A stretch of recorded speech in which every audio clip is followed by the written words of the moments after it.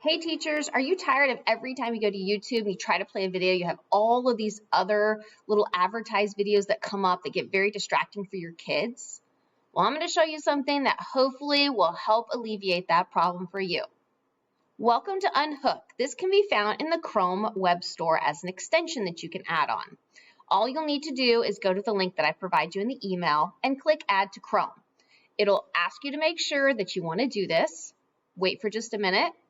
And then you'll see this initial screen pop up. You'll never see the screen again after this point. It just kind of tells you a little bit about how the app works. Now, if you'll notice right away that it's not visible, it'll show you right here, hey, you can't see Unhook. So it says, please go ahead and pin it.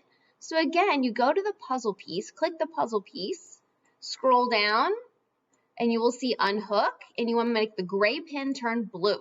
Then you'll see it's showing right where you want it to go. So let's see what this looks like on YouTube. Okay, here I am back on my original video. And as I play it, see how all the sidelines are now white? That means all of those distracting little pre-videos are gone now.